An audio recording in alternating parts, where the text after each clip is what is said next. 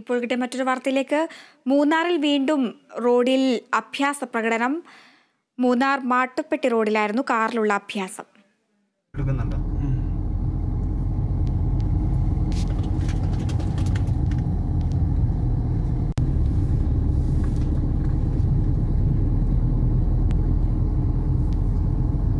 Video എടുക്കുന്നുണ്ടോ?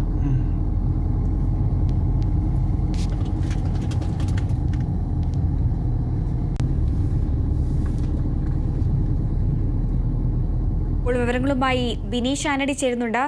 ബിനീഷ്, വീണ്ടും മൂന്നാറിൽ നിയമലംഘനത്തോടുള്ളൊരു സാമൂഹ്യ മാധ്യമങ്ങളിൽ വീഡിയോ ഇറങ്ങിയിരിക്കുകയാണ്. തുടർച്ചയായിട്ടുള്ള ഇത്തരം വീഡിയോകൾ ഇറങ്ങുന്നുമുണ്ട്. എന്താണ് ഇതിൽ നിന്ന് വിശദാംശങ്ങൾ? ഹരിത, നിലവിൽ നമ്മളിപ്പോൾ 8ാം തവണയായിരിക്കാം ഈ വാഹനത്തിലെ അഭ്യാസ പ്രകടനം റിപ്പോർട്ട് ചെയ്യപ്പെടുന്നതെന്ന് തോന്നുന്നു. കാരണം ഈ കഴിഞ്ഞ ദിവസങ്ങളിലെല്ലാം തന്നെ നിരന്തരമായുള്ള ഒരു അഭ്യാസ പ്രകടനം ഗ്യാപ്പ് റോഡിലടക്കം ഉണ്ടായിരുന്നു. ഇവർക്കെതിരെ കർശന നടപടി തന്നെ വാഹന വകുപ്പ് സ്വീകരിക്കുന്ന ഒരു കാഴ്ചയും നമ്മൾ കണ്ടതാണ്.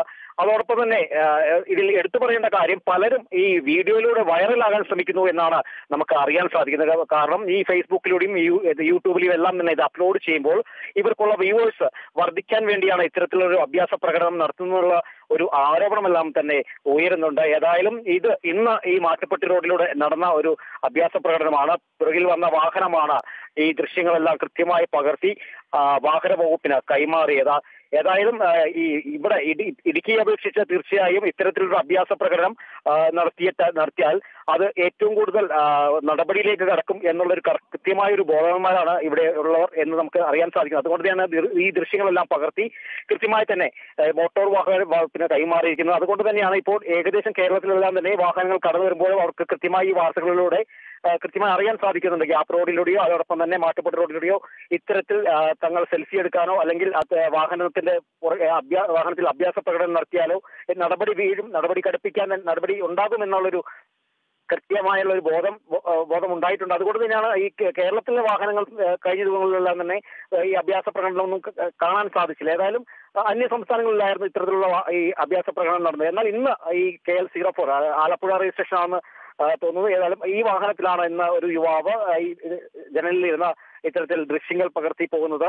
പിറകിൽ വന്ന ഒരു വാഹനം ഈ ദൃശ്യങ്ങൾ പകർത്തി വാഹന വകുപ്പിന് കൈമാറിയത്. ഏതായാലും ഈ വാഹനത്തിലേക്കും കൃത്യമായ ഒരു നടപടി ഉണ്ടാകുമെന്നാണ് പ്രതീക്ഷിക്കുന്നത്. കഴിഞ്ഞ ദിവസങ്ങളിലെല്ലാം അയൽ സംസ്ഥാന രജിസ്ട്രേഷനുള്ള വാഹനങ്ങളിലായിരുന്നു ഈ സാഹസിക യാത്രകൾ നടന്നത്.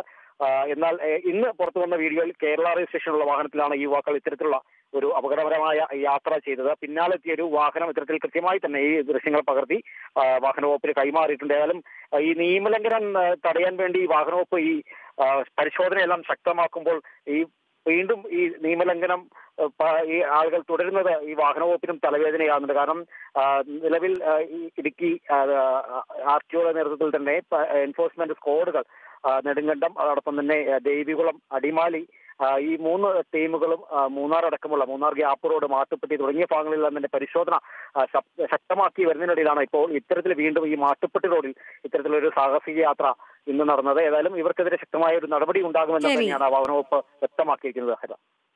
ശരി, ബിനീഷ് ആന്റണിയാണ് വിവരങ്ങൾ നൽകിയത്.